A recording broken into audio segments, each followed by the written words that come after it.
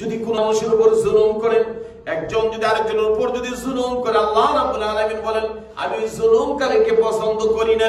এটা পিতা পুত্রের জুলুম হতে পারে।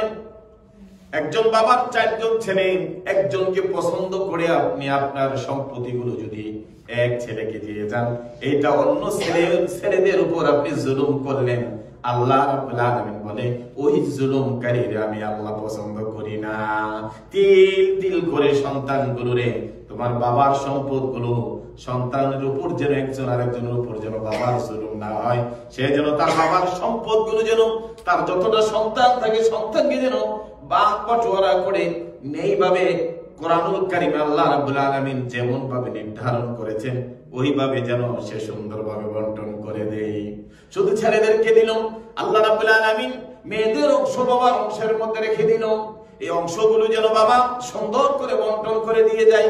বাবা ইন্তেকাল হয়ে গেল, ভাইরা এত বড় গাদ্দার হয়ে গেল, জালেম হয়ে গেল, জুলুম শুরু করলো বোনদের উপর। ভাইদের বোনদের অংশগুলো আসলে বোনদেরকে যা বাড়িতে জায়গা দেয় না, তাদের সাথে দেখা করে না, তাদের সাথে কথা বলে না।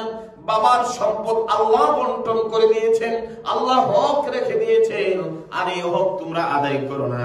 যখন এই ভাইদের থেকে এই বোনদের সম্পদের কথা বলে, তখন ওই বোনদের উপর তোমরা চড়াও হয়ে যাও। আল্লাহ বলেন ওই জালেম কোনো হেদায়েতের নূর পাবে না, আল্লাহর দ্বীনের নূর তারা পাবে না। আল্লাহ ওই জালেমকে আল্লাহ পছন্দ করে না। এই জন্য জুলুমটা দেব নিজের ঘর থেকে শুরু করেন, আর বঙ্গভবন পর্যন্ত, একেবারে রান্নাঘর থেকে ধরেন সংসদ ভবন পর্যন্ত এই জুলুমের রাস্তাগুলো খোলা আছে। যারা যে সেক্টর থেকে জালেমগিরি করবেন, আল্লাহ রাব্বুল আলামিন বলেন আল্লাহু লা ইউহিব্বুল যালিমিন। যারা জুলুম করবে আল্লাহ রাব্বুল আলামিন ওই জালেমদেরকে আল্লাহ পছন্দ করে না। আল্লাহ রাব্বুল আলামিন জালেমদেরকে আল্লাহ রাব্বুল আলামিন ভালোবাসে না।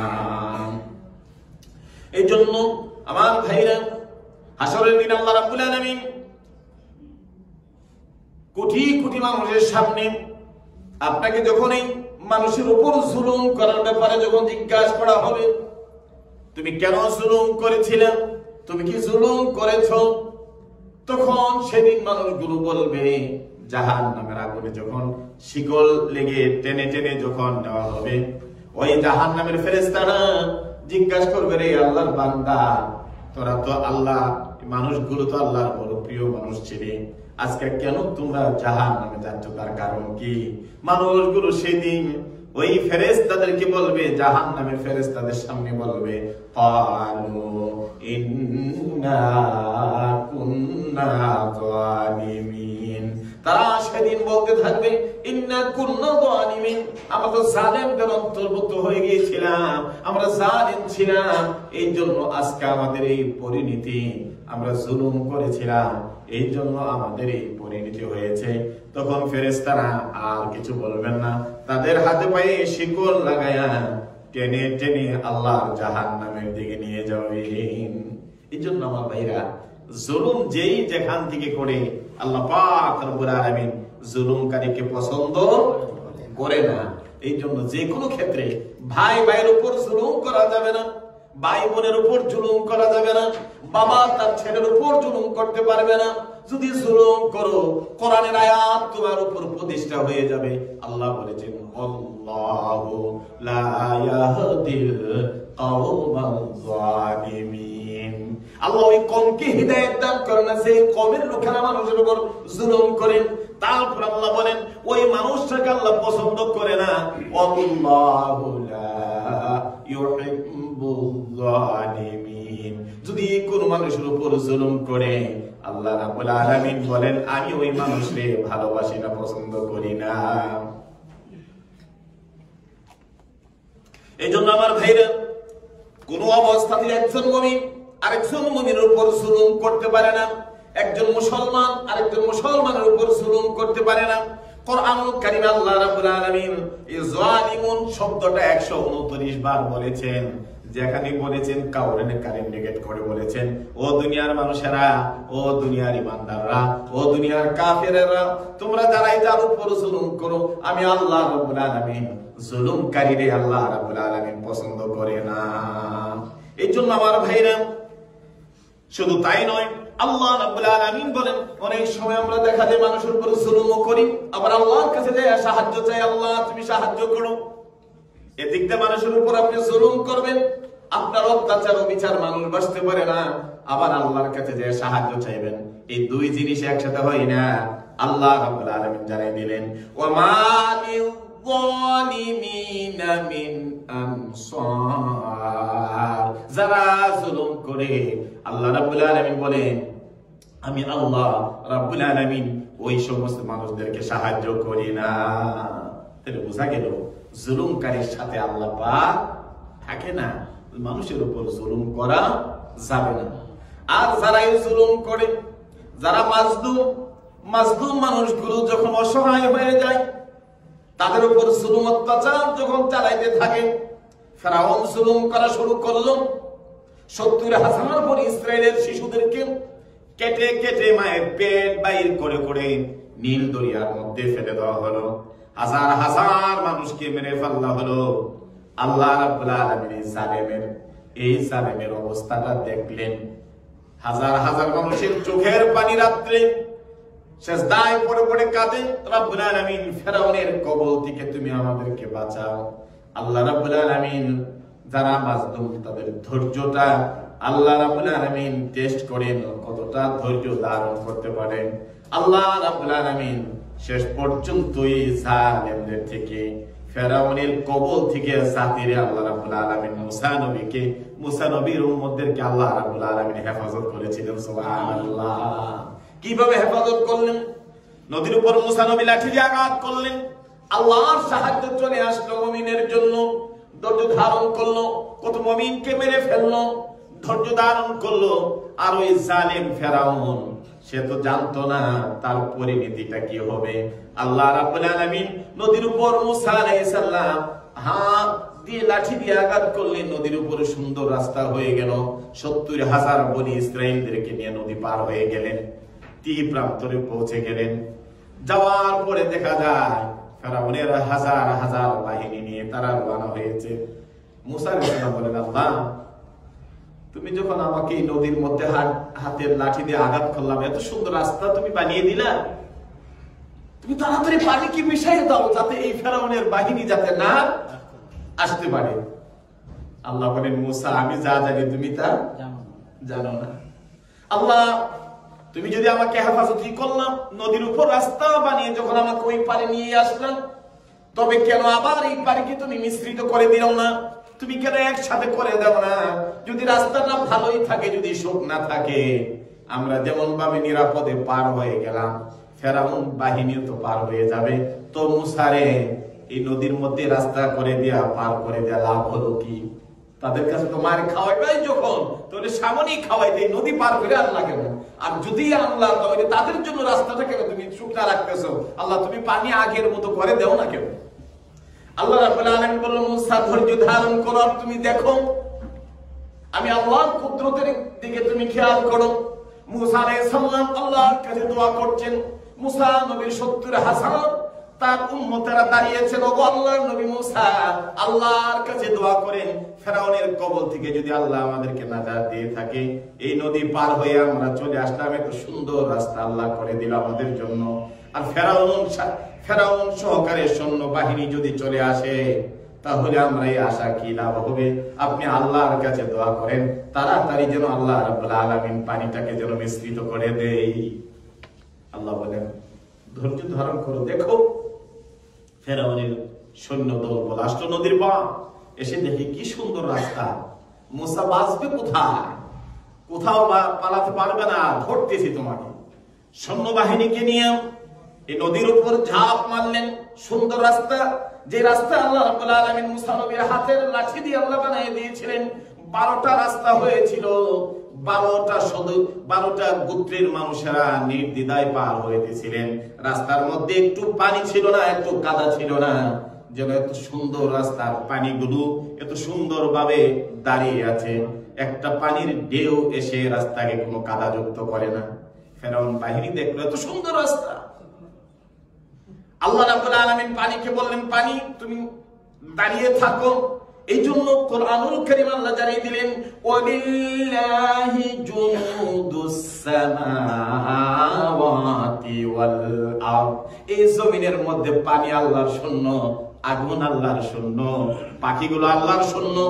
দুনিয়াতে যেমন আর্মি বাহিনী থাকে, পুলিশ বাহিনী থাকেন, আর আল্লাহর সৈন্য হলো মশা, মাছি, পানি, আগুন। এগুলো যখন যা দরকার আল্লাহ রাব্বুল আলামিন সালেমদের জন্য সৈন্য হিসাবে প্রেরণ করে। সুবহানাল্লাহ। আল্লাহ রাব্বুল আলামিন পানিকে বললেন, আমার আল্লাহর সৈন্য, আল্লাহর হুকুম তারা পালন করে পানি দাঁড়িয়ে গেলেন। ফেরাউন বাহিনী যখন পানির মধ্যে ভিতরে মাঝখানে চলে গেলেন, ফেরাউন সহকারে আল্লাহ রাব্বুল আলামিন এবার পানিকে বললেন, পানি তোমার যত শক্তি আছে সমস্ত শক্তি দিয়ে তোমরা দুই দিকের পানি ঠাসা মারো। সুবহানাল্লাহ। পানির আঘাতে, পানির যে ঢেউয়ের যে আঘাত, যেটা আটলান্টিক মহাসাগরে বা বিভিন্ন নদীতে যারা চলেছেন তারা দেখেছেন পানির যে এক একটা ঢেউয়ের কত শক্তি, বিশাল বড় বড় জাহাজগুলো মুহূর্তের মধ্যে চূর্ণ বিচূর্ণ করে ফেলে। আমি একবার ওই সার্ডিনিয়া গেছিলাম ইটালিতে মাহফিল করার জন্য। তো সেখানে ওই সার্ডিনিয়াতে আপনার কোনো ইয়ে নেই, ওইটা আপনি শিপে যেতে হবে আর নাহলে বিমানে যেতে হবে। ওই শহরটার সাথে কোনো অন্য কোনো সংযোগ নেই বাস ট্রেনের। যাওয়ার সময় বিমানের প্রচন্ড ঝড়ে পড়ছিলাম, যাই হোক। তো যাওয়ার পর অনেক ভয় লাগছিল, ভাবলাম যে এই বিমান দিয়ে আর আসবো না। সেখান থেকে আমি ওই সার্ডিনিয়া থেকে ওখানে 10, 11, 12 তলা অনেক বড় বড় শিপ গুলো আছে, যেখানে 10,000, 5,000 মানুষ একসাথে আসতে পারে। তাই আমি ওই শিপে চলে গেলাম ইটালি, রোমে। তো গভীর রাত্রে যখন শিপটা যাচ্ছিল, আমি দেখছিলাম সাগরে কিছু অন্ধকার দেখা যায় না, এক একটা ঢেউ আসছে 13, 14 তলা, যেটা লিফট দিয়ে আপনার 7, 8, 10 তলা তুলতে হয়। এত বড় জাহাজটা এক একটা ঝাঁকুনি মারে, আল্লাহ মনে এই মনে জাহাজ ভেঙে যাবে। কিন্তু তারপরও সাগর এত উত্তপ্ত ছিল না, তারপরে এত ভয় লাগছিল, এত বিশাল জাহাজ। এই জন্য পানির এক একটা ঢেউয়ের অনেক শক্তি আছে। আল্লাহ রাব্বুল আলামিন মুসা আলাইহিস সালাম যখন পার হয়ে গেলেন, ফেরাউন বাহিনী যখন পানির মাঝখানে, আল্লাহ বললেন, পানিরে তোমার সমস্ত শক্তি দিয়া তুমি ধাক্কা মারো। দুই দিকের যে রাস্তাগুলো হয়েছিল, একদিকের পানি আর একদিকের পানি এমন ভাবে ধাক্কা মেরেছিল, ওই ধাক্কার চুরি ফেরাউনের দলবল ওই সাগরের নিচে তলদেশে তারা শেষ হয়ে গিয়েছিল। কোন রকম ভাবে ফেরাউন তো বিশাল দেহের অধিকারী ছিল, বিশাল বড় মানুষ ছিল, সে কোন রকম ভাবে পানির ধাক্কা খেয়েও তার মাথাটা উঁচু করেছিল, হাতটা উঁচু করে ওই তিহি প্রান্তরে মুসা আলাইহিস সালাম তার বাহিনীদের তাকে বলছিল, আমানতু বিল্লাহি মুসা ওয়া হারুন। ও মুসা, তোমার প্রতি ঈমান আনলাম, তোমার ভাই হারুনের প্রতি ঈমান আনলাম, একটু দোয়া করো আল্লাহ যে বাঁচাই দেয়। মুসা আলাইহিস সালাম সেখান থেকে দেখছিলেন ফেরাউনের এই কঠিন সময়ে। আমার ভাইরা, পানি তাকে শেষ করে দিল, সেখান থেকে বাঁচতে পারল না। আল্লাহ রাব্বুল আলামিন কোরআনুল কারীমে জানিয়ে দিলেন, ওয়ালিল্লাহি জুনুদুস সামাওয়াতি ওয়াল আরদ। এই পৃথিবীতে আসমান জমিনের মাঝখানে যা আছে আল্লাহর সৈন্য হিসাবে তারা কাজ করে। যখনই কোনো অর্ডার দেই, আর এই পৃথিবীতে যারা জুলুম করে, জালেমদের পাছনে যখন মানুষ দেওয়া হয় না, আল্লাহর আগুন, আল্লাহর পানি তাদের পাছনে লেগে যায়। সুবহানাল্লাহ। এই আগুন যেমন পানি যেমন মুসা নবীকে সহিহ সালামতে পৌঁছে দিল, ফেরাউনকে আল্লাহ রাব্বুল আলামিনের এই জমিন থেকে তাকে শেষ করে দিল, তেমন ভাবে আল্লাহ নবী হযরত ইব্রাহিম আলাইহিস সালাম নমরুদ বাহিনী পানি ওই আগুনের মধ্যে বিশাল বড় আগুনের কুণ্ডলী করে সেখানে আল্লাহ নবী হযরত ইব্রাহিম আলাইহিস সালামকে ফেলে দিলেন। আর আল্লাহ রাব্বুল আলামিন আগুনকে অর্ডার দিলেন, কুলনা ইয়া নারু কুনি বারদাউ ওয়া সালামান আলা ইব্রাহিম। রে আগুন, আমার বন্ধু ইব্রাহিমের জন্য তুমি ঠান্ডা হয়ে যাও। আমার বন্ধু যতক্ষণ পর্যন্ত তোমার মধ্যে থাকবে, আমার বন্ধুর যেন কোনো কষ্ট না হয়। তুমি সালামুন, তুমি শান্তিদায়ক হয়ে যাও। সে যেন শান্তিতে যত সময় থাকে তত সময় যেন শান্তিতে আগুনের মধ্যে বসবাস করে। সুবহানাল্লাহ। তাহলে এক আগুন মানুষকে পুরাই আসারাহার করে দেয়। আগুন আল্লাহর সৈন্য। সুবহানাল্লাহ। যারা নিরহ অসহায় মুসলমানদের উপর অত্যাচার করেছিল, তাদের বাড়িঘর গুলো ধ্বংস করে দিয়েছিল, আল্লাহ জালেমদের জন্য সামান্য আগুন পাঠিয়ে দিলেন। আগুন রে, এই জালেমদেরকে সামান্য আগ্রাসন করো। আমার আগুনের যে কি পাওয়ার, দুনিয়ার আগুনের যে কত পাওয়ার, সমস্ত শক্তি দিয়ে চেষ্টা করো, পারলো না। 25,000 একর জ্বালায়া শেষ করে দিল। দুনো জায়গার মধ্যে দুনো জালেমকে আগুন ধরে শেষ করে দিচ্ছে। এইগুলো হলো আল্লাহর সৈন্য।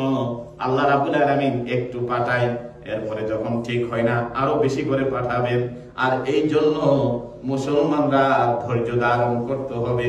হঠাৎ করে আল্লাহর পক্ষ থেকে আল্লাহ রাব্বুল আলামিন কোটি কোটি আল্লাহর সৈন্য পাঠাবেন না।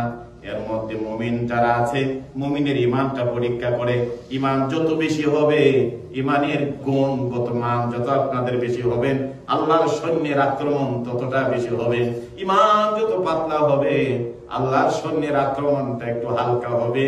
এই জন্য মুমিন যদি ওয়া আনতুমুল আ'লাউনা ইন কুনতুম মুমিনিন, আল্লাহ জানাই দিলেন দুনিয়ার মুমিনরা, তোমরা যদি আল্লাহর উপর ভরসা করো, তোমরা যদি আল্লাহর উপর যদি তোমাদের ঈমান যদি বেড়ে যায়, বিজয় তোমাদের আসবে। তোমাদের এই বিজয়কে কেউ ছিনে নিতে পারবে না। এর দ্বারা আল্লাহ রাব্বুল আলামিন সারা বিশ্বের 200 কোটি মুমিনের ঈমানের মজবুতের অবস্থানটা আল্লাহ দেখতেছেন। এই দুনিয়ার মুসলমানরা অসহায় মুসলমানের জন্য তোমাদের কতটা ঈমান, তোমাদের ঈমানি দায়িত্বর কতটুকুন, এইটুকুন আল্লাহ রাব্বুল আলামিন দেখতেছেন। এই জন্য আল্লাহ রাব্বুল আলামিন এখন আমাদের ঈমান মাপা শেষ হয়ে গেল, এবার আল্লাহর সৈন্যদেরকে পাঠিয়ে দিলেন। পৃথিবীর 2 পরাশক্তির উপরে আগুন লীলায়া দিলেন। আগুনের এই লীলা খান নিভাইতে পারে না। তারা বিভিন্ন ভাবে কত কিছু দিয়ে চেষ্টা করছে, কিন্তু আল্লাহর এই সৈন্যের সামনে তারা দাঁড়াতে পারছে না। সুবহানাল্লাহ। এগুলো আল্লাহর পক্ষ থেকে জালেমদের উপরে আল্লাহর দেওয়া সৈন্য। এই জন্য আল্লাহ রাব্বুল আলামিন আগুন আল্লাহর সৈন্য, আল্লাহ রাব্বুল আলামিন পানি আল্লাহর সৈন্য, মশা আল্লাহর সৈন্য, মাছি আল্লাহর সৈন্য। এই পৃথিবীতে গাছপালাগুলো আল্লাহর সৈন্য, পাহাড়গুলো আল্লাহর সৈন্য। আসমানের বৃষ্টি যেমন আল্লাহর জন্য, মানুষের জন্য রহমত, আবার এই বৃষ্টি কোন মানুষের জন্য পাথর হয়ে শিলা বৃষ্টি হয়ে নাজিল হয়। আমার ভাইরা, এই জন্য দুনিয়ার মানুষেরা যখন জালেম করে, মানুষের উপর যখন জুলুম করে, জুলুমকারীরা যখন আল্লাহর কাছে দোয়া করতে থাকে, নিবৃত ভাবে যখন কাঁদতে থাকে, তখন আল্লাহ রাব্বুল আলামিন আল্লাহর সৈন্যদেরকে জমিনের মধ্যে পাঠিয়ে দেয়। এই জন্য আল্লাহর সৈন্য, মশা মাছি এগুলো সব আল্লাহর সৈন্য। এই জন্য আমার ভাইরা, যেমন তারা ভালো অবস্থায় আছে, বিপদের সময় তারা সৈন্যের মতো আপনার পাশে কাজ করে। আল্লাহর হাবিব সাল্লাল্লাহু আলাইহি সাল্লাম এই সৈন্যের একটা সাহায্য আল্লাহ রাব্বুল আলামিন করেছিলেন। ইযহুমা ফিল গারি ইয ইয়াকুলু লিসাহিবিহি ওয়া আইয়াদাহু বিজুনুদিন। আল্লাহ রাব্বুল আলামিন যখন আল্লাহর নবী মক্কা থেকে হিজরত করে মদিনার পথে যখন রওনা হয়েছিলেন, গারে সূর যে গুহার মধ্যে আল্লাহ রাব্বুল আলামিন আল্লাহর হাবিবের বন্ধু হযরতে আবু বকর সিদ্দিক রাদিয়াল্লাহু তাআলা আনহুকে নিয়ে যে গুহার মধ্যে লুকায়া ছিলেন, ওই গুহার ব্যাপারে আল্লাহ রাব্বুল আলামিন কোরআনুল কারীমে বলে দিলেন, ইযহুমা, যখন তারা দুজন হযরত আবু বকর হযরত রাসূল সাল্লাল্লাহু আলাইহি সাল্লাম ফিল গারে গুহার মধ্যে ছিলেন, ইয়াকুলু লিসাহিবিহি, এবং তার সাথীকে বলতেছিলেন, আল্লাহ রাব্বুল আলামিনের হাবিব এই অবস্থা, আবু জেহেল বাহিনী ঘুরতে ঘুরতে যখন আল্লাহর হাবিবকে ধরার জন্য গুহার কিনারায় চলে গেল, যাওয়ার পরে একেবারে গুহার সামনে দাঁড়াইয়া কথাবার্তা বলছিলেন। সামনের দিকে তাকায়, পাছনের দিকে তাকায়, ডানে বামে তাকায়, কিন্তু চোখের সামনে গুহার মুখে দাঁড়িয়ে কথাগুলো যখন বলছিলেন, আল্লাহর হাবিব সাল্লাল্লাহু আলাইহি সাল্লাম হযরত আবু বকর রাদিয়াল্লাহু তাআলা আনহু অবস্থাটা চিন্তা করেন। এমন সময় হযরত আবু বকর রাদিয়াল্লাহু তাআলা বলে, ইয়া রাসূলুল্লাহ, এই কাফের বাহিনী আবু জেহেল বাহিনী যদি নিচের দিকে তাকায়, ওগো আল্লাহর নবী, তারা আমাদেরকে দেখে ফেলবে, আমাদেরকে গুহার মধ্যে শেষ করে দিবে। নবীজি বললেন, হে আবু বকর, ও আবু বকর, এখানে শুধু আমরা দুইজনই নই, এখানে আমরা শুধু দুইজনই নই, ওয়ালা তাহসান ইন্নাল্লাহা মা'ানা, আমাদের সাথে যিনি আরেকজন আছেন তিনি হলেন আমাদের আল্লাহ। ওই আল্লাহর সৈন্য দিয়ে আমাদেরকে আল্লাহ হেফাজত করবে। সুবহানাল্লাহ। আল্লাহ কোরআনুল কারীমে কোট করে দিলেন, আয়াত নাযিল করে জানাই দিলেন, ওয়া আইয়াদাহু বিজুনুদি, আল্লাহ রাব্বুল আলামিন বললেন, আমি সেই দিন আমার বন্ধুকে আমার সৈন্য দিয়া, আমার সৈন্য বাহিনী দিয়া আমার বন্ধুরে আমি আল্লাহ হেফাজত করেছি। সুবহানাল্লাহ। এটা কি সৈন্য? মক্কা কোন সৈন্য বাহিনী, মানুষ বাহিনী দিয়ে রাসূলকে হেফাজত করতে পারে নাই। আল্লাহ কুদরতি সৈন্য পাঠাই দিলেন। পানি যেমন আল্লাহর সৈন্য, পানি দিয়া আল্লাহ রাব্বুল আলামিন মুসা নবীকে হেফাজত করলেন, ফেরাউন বাহিনীকে ধ্বংস করে দিলেন। আগুন দিয়া আল্লাহ রাব্বুল আলামিন, আগুন দিয়া ইব্রাহিম নবীকে হেফাজত করলেন, ইব্রাহিম নবীকে আগুন থেকে বাঁচাই দিলেন। এই আগুন আল্লাহর সৈন্য। অন্যান্য যারা কাফেররা ছিল, তাফসীরে আছে বিভিন্ন কাফেরদের ঘরের মধ্যে আগুন যায় ঢোকা শুরু করলো। সুবহানাল্লাহ। আর ইব্রাহিম আলাইহিস সালাম সহি সালামতে এসে পৌঁছে গেলেন। সুবহানাল্লাহ। আমার ভাইরা, এবার আল্লাহর হাবিবকে, আল্লাহ নবী সাল্লাল্লাহু আলাইহি সাল্লামকে গারে হেরার মধ্যে যখন আবু জেহেল বাহিনী, মক্কার কাফেররা গুলো যখন যাইয়া নবীকে ধরার জন্য একেবারে গুহার কিনারায় চলে গেলেন, আল্লাহ রাব্বুল আলামিন বলেন, ওয়া আইয়াদাহু বিজুনুদিন, আমি আমার বন্ধুকে আমার সৈন্য দিয়ে আমি সাহায্য করলাম। আল্লাহর সৈন্য। তাহলে এটা কোন সৈন্য ছিল? আল্লাহ। এটা কোন সৈন্য ছিল? আল্লাহ পাক রব্বুল আলামিন। আল্লাহর হাবিব ঢুকে গেলে কবুতরে আইসে কিছুক্ষণের মধ্যে বাসা বানিয়ে ফেললো, মাকড়সা দেয়া জাল ফেলে ফেললো।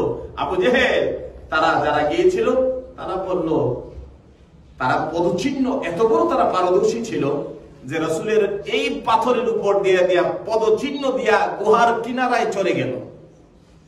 একজন আরেকজনকে বলছে, এই চিহ্ন বলতেছে উনি এখানেই কোন গুহার মধ্যে লুকিয়ে আছেন। আঙ্গুলটা চলে যাচ্ছে গুহার মুখের উপরে। সুবহানাল্লাহ।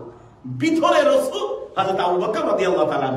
এখন একজন আরেকজনকে বলছে, আমার দিল বলছে এই গুহার মধ্যেই মনে হয় কোথাও লুকিয়ে আছে। তারপরও বলে না যে এটার ভিতরেই থাকতে পারে। আবু জেহেল বলে, দূর গাধা, তোদের মাথার মধ্যে কিচ্ছু নাই। বলে, কেন? এই যে কবুতরে বসে ডিম পেড়ে ফেলেছে, মাকড়সা জাল বনে ফেললো, মাকড়সার জাল ভেঙে তো সেখানে ঢুকতে হবে। আর মাকড়সার জাল কি কিছুক্ষণের মধ্যে হয়ে যায়?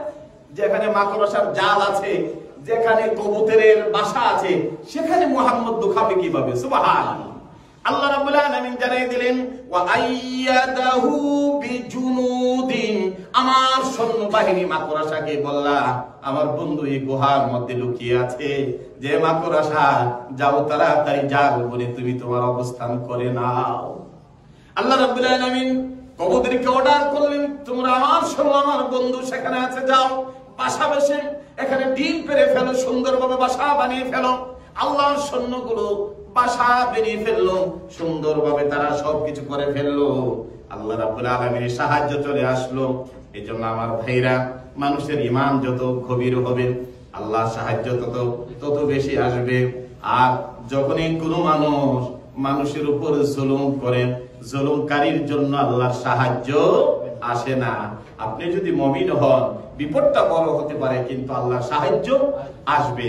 আর যদি মানুষের উপর জুলুম করেন, এই জুলুমকারী আল্লাহ রাব্বুল আলামিন কখনো সাহায্য করেন না। এটা কোরআনের ঘোষণা। তারা কোনো অবস্থায় সাহায্য পায় না। আল্লাহ যারা জুলুম করে, জুলুমকারীদেরকে আল্লাহ ভালোবাসেন না। এই জন্য আল্লাহর সৈন্য দিয়ে যুগে যুগে আল্লাহ পাক জালেমদেরকে শায়েস্তা করেছেন, আগুন দিয়ে করেছেন। আজকাল পৃথিবী আগুনের এই কণ্ঠকে, আগুনের লীলাখানকে নিবানোর জন্য কত চেষ্টা করছে। এটা আল্লাহর সৈন্য, সেখানে যাচ্ছে। আমার ভাইরা, আমরা এই মাসখানেক মধ্যে দুইটা ঘটনা আমরা দেখেছি যেটা সারা বিশ্বে ভাইরাল হয়েছে। একটা হলো একটা কঠিন সৈন্যকে, যারা পৃথিবীর বিখ্যাত সৈনিক যারা জানেন, তাদের এক সৈনিককে আপনার পাহাড় থেকে এসে হঠাৎ করে একটা বিড়াল এমন ভাবে আক্রমণ করেছিল, তার উপরে বিড়ালের কাছে বিশ্ব সৈনিকরা অসহায় হয়ে গেছে। একটা মাটির পুতুলের মতন মাটির মধ্যে শুয়েছিল, একটা বিড়ালের থাবা থেকে সে সেদিন বাঁচতে পারে নাই। সেটা প্রমাণ করে দিয়েছে সেটা আল্লাহর সৈন্য ছিল। কিছুদিন আগে আরেক এই সৈন্যকে ধরে নদীর পারে যখন চলে গিয়েছিল, হাঙ্গর এক মাছ এসে, সেখানে অনেক মানুষ সেখানে চলে যায়, কিন্তু এক হাঙ্গর এসে এমন এক সৈনিককে ধরে একেবারে চোখের সামনে তাকে টুকরো বিচ্ছিন্ন ছিন্ন বিচ্ছিন্ন করে ফেলল। এটা ছিল আল্লাহর পক্ষ থেকে আল্লাহর পাঠানো সৈন্যদের, এই জালেম সৈন্যদেরকে পৃথিবী থেকে নিশ্চিহ্ন করে দেওয়ার একটা নমুনা। আল্লাহ কেন সবার উপর একটা টাইমে আল্লাহর সাহায্য আসলো না? মাঝে মাঝে একটাকে জঙ্গলা থেকে একটা বিড়াল এসে ধরে তাকে নাস্তানাবদ করে ফেলে, নদীর পারে একটা কঠিন সৈন্যকে ধরে একটা মাছ, হাঙ্গর মাছে টুকরো বিটুকরো করে ফেলেন। হুজুর এমন ভাবে যদি হাজার হাজার সৈন্যকে যদি ধরে ফেলা হতো, তাহলে তো আমরা বিজয় লাভ করতাম, আমরা তো জমিনের মধ্যে আমরা সাহায্যকারী হিসাবে আমরা চলে যাইতাম। আল্লাহ রাব্বুল আলামিন বলেন, ওয়াউদতুম উদনা, আমি ফিলিস্তিনের জমিনকে কিয়ামত পর্যন্ত মুমিনদের জন্য একটা মুমিনদের আশ্রয়স্থল, তাদের ইমানের থার্মোমিটারটা মাপার জন্য আমি আল্লাহ রাব্বুল আলামিন এই ভূখণ্ডটা আমি আল্লাহ রেখে দিলাম। এই জমিন আল্লাহ হেফাজত করবেন, কিন্তু তার আগে অনেক কিছু ঘটনা এই জমিনে ঘটে যাবে। এই ঘটনার দ্বারা মুমিনের ঈমানটা মাপা হবে। কিন্তু আল্লাহর সৈন্য, আল্লাহর সাহায্য মুমিনের জন্য আসে মাঝে মাঝে একটা দুইটা ঘটনা দিয়া মুমিনদেরকে জানায় রাখে, মুমিন রে, ঈমান যদি ঠিক হয়ে যায়, পরিপূর্ণভাবে যেমন মুসা নবীর জন্য যে সাহায্য আসছিল, এমন সাহায্য তোমাদের জন্য এসে যাবে। কিন্তু ঈমান যত দুর্বল হবে আর তোমাদের সাহায্যটা তত বেশি দূরে থাকবে। এই জন্য এই সমস্ত ঘটনাগুলো দিয়ে আল্লাহ সাহায্য আসবে। আল্লাহ সাহায্য আসাটাই মুমিনের শেষ পর্যন্ত কামনা। আল্লাহর কাছে এই মুমিনের আল্লাহ পাক ফেরেশতাদের সাহায্য করেছেন, বিভিন্ন সময়ে বিভিন্ন আল্লাহর কুদরতি সৈন্য দিয়ে আল্লাহ সাহায্য করেছেন।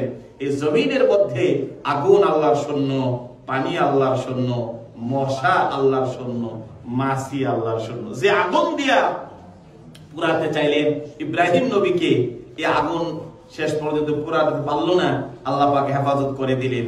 আর ওই জালেম কি আল্লাহ কি করলেন? এক মশা প্রেরণ করে দিলেন, ল্যাংড়া মশাকে পাঠিয়ে দিলেন, যাও যারা এত জুলুম করেছে আমার বন্ধুর উপরে, এবার অর্ডার হয়ে গেল, তুমি সেখানে যাই জালেমকে শেষ করে আসো। আল্লাহর অর্ডার পেয়ে এবার চলে গেল সেই ল্যাংড়া মশা, যে নমরুদকে চিরদিনের জন্য পৃথিবী থেকে, এটা ইতিহাস আপনারা জেনেছেন।